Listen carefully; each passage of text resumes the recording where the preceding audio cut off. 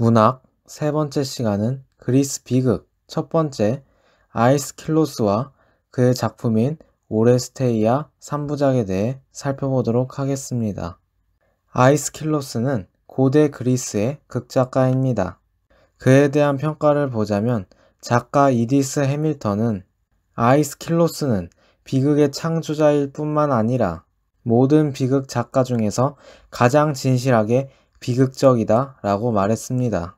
고대 그리스의 3대 비극 시인 중 한 명으로 비극의 기초적인 틀을 다졌기에 그리스 비극의 아버지라고 불립니다. 대표적인 작품 오레스테이아 3부작이 후대의 작품들에 큰 영향을 미쳤다고 하죠. 그는 아테네 엘레우시스의 귀족 가문에서 태어났습니다. 20대부터 비극 경연에 참석하였지만 40대에 첫 우승을 하며 그 이후 총 13회를 우승했다고 전해집니다.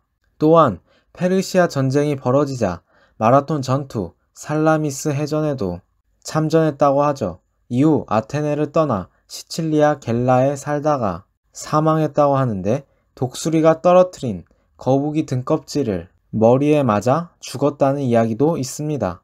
사실 여부는 정확하지 않죠. 비극의 시작은 정확히 알려진 바가 없으나 기원전 5세기경에 아테네에서 벌어진 디오니소스 축제의 연극 경연 대회에서 시작되었다고 추정됩니다.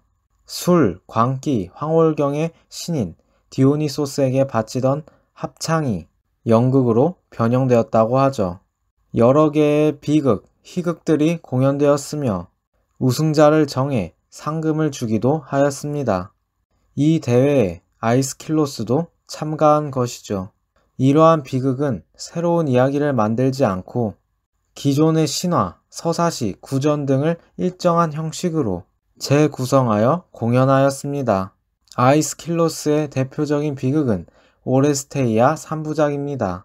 오레스테스의 이야기라는 뜻으로 아가멤논, 제주를 바치는 여인들, 자비로운 여신들로 이루어져 있죠. 다른 이름으론 아트레우스 가문의 비극이라고도 불립니다. 그 이유를 보자면 미케네의 왕 아트레우스와 동생 티에스테스는 왕위 계승으로 인해 서로 불화를 겪습니다. 그런데 동생 티에스테스가 아트레우스의 아내 아에로페와 불륜을 합니다. 이에 격분한 아트레우스는 아내를 죽이고 동생의 자식인 조카들을 죽입니다. 더 나아가 동생을 속여 자식들을 먹이게 하죠. 이를 안 티에스테스는 크게 분노하며 복수를 다짐합니다. 복수를 이루기 위해 신탁을 들었는데 자신의 딸과 낳은 자식이 복수를 한다는 내용을 듣습니다. 티에스테스는 결국 복수를 위해 딸을 겁탈하게 되면서 아들 아이기스토스가 태어납니다. 이후 아이기스토스가 티에스테스가 자신의 아버지임을 알고 그의 지시를 따라 아트레우스를 죽이게 되죠. 티에스테스가 왕위에 오르지만 이후 아트레우스의 아들 아가멤논에게 추방당해 죽습니다. 이러한 끔찍한 일들로 인해 가문 대대로가 저주를 받게 되죠. 첫 번째 작품 아가멤논은 트로이 전쟁의 그리스 총사령관인 아가멤논의 이야기를 다루고 있습니다. 그는 트로이로 원정을 떠나려고 하며 대규모 군대를 모았습니다. 그런데 문제가 생기는데 아가멤논이 사냥을 하다가 아르테미스 여신의 사슴을 죽이는 실수를 하게 됩니다. 아르테미스 여신이 분노하여 바람을 불지 않게 만들면서 원정을 떠나지 못했죠. 아가멤논은 여신을 달래기 위해서 신탁에 따라 자신의 딸을 산 제물로 바치게 됩니다. 딸은 절규하지만 결국 희생을 받아들이게 됩니다.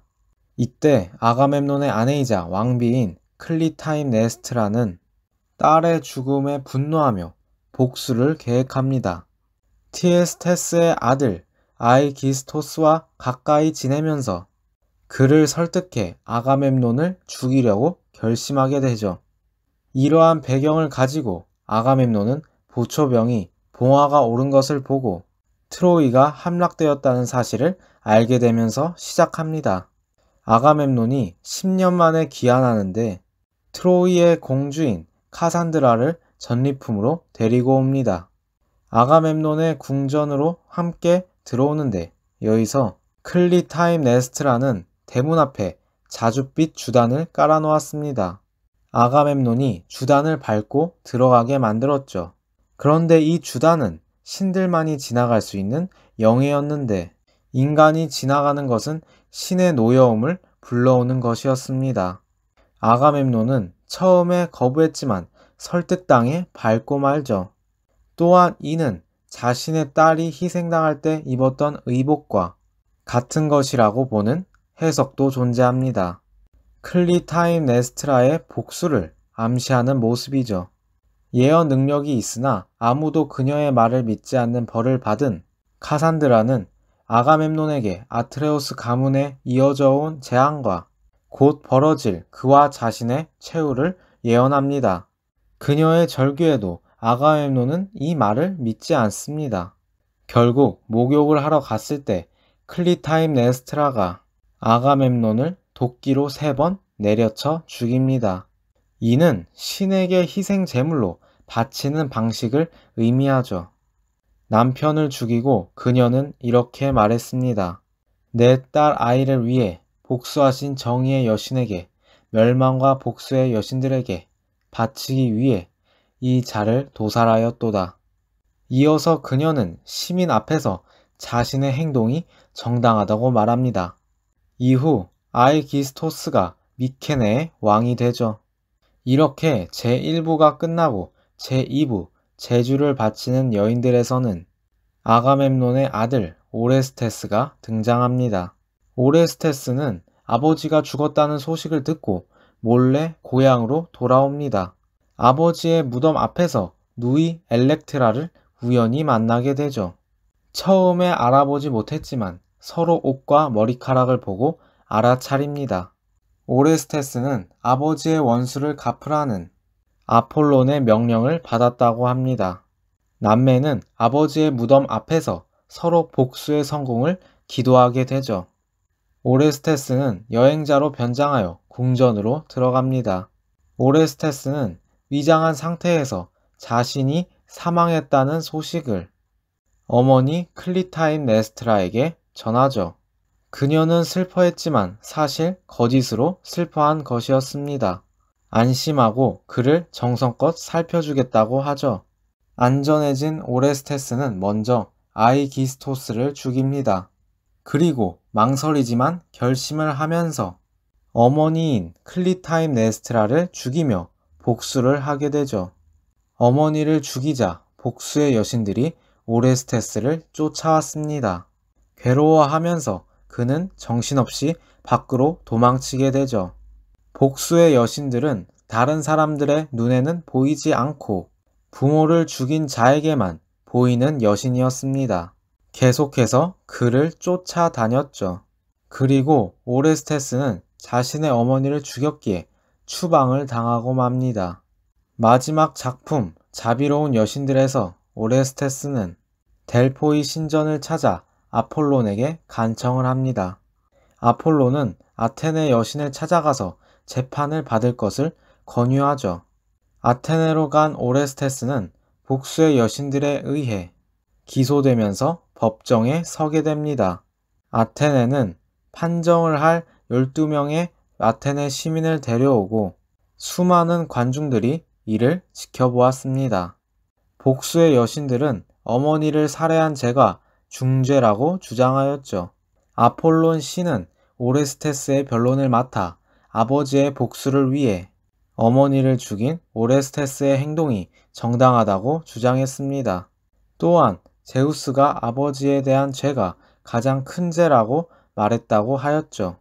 그러자 복수의 여신들은 제우스도 자신의 아버지 크로노스를 옥에 가둔 적이 있다고 지적합니다. 이를 들은 배시몬의 투표에서 정확히 반으로 갈려 동수가 나옵니다. 그러자 재판장인 아테네는 아폴론의 의견에 동조하며 무죄를 선언하게 됩니다. 복수의 여신들은 어머니가 중요하다고 하였지만 아폴론은 아버지가 더 중요하다고 하였는데 아테네는 어머니가 없이 제우스의 몸에서 직접 태어났기에 오레스테스의 손을 듭니다.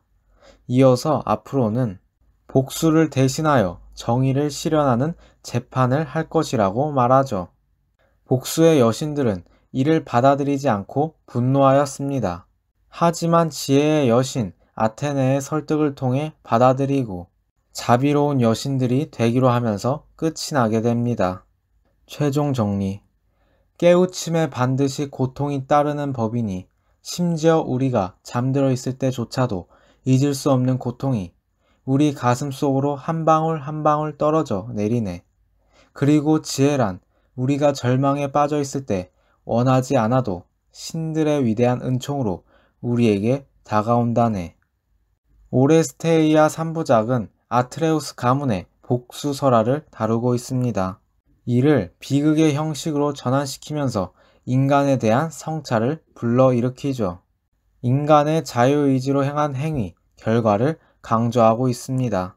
이에 따라 인간의 행위는 고통을 낳고 고통을 통해서 지혜롭게 된다고 합니다. 최종적으로는 개인의 복수가 공적 영역으로 가면서 법의 정의를 실현하는 아테네 민주주의의 모습을 보여주었습니다. 여기까지가 아이스킬로스였고요. 다음엔 그리스 비극 두 번째 시간 소포클레스에 대해 살펴보겠습니다.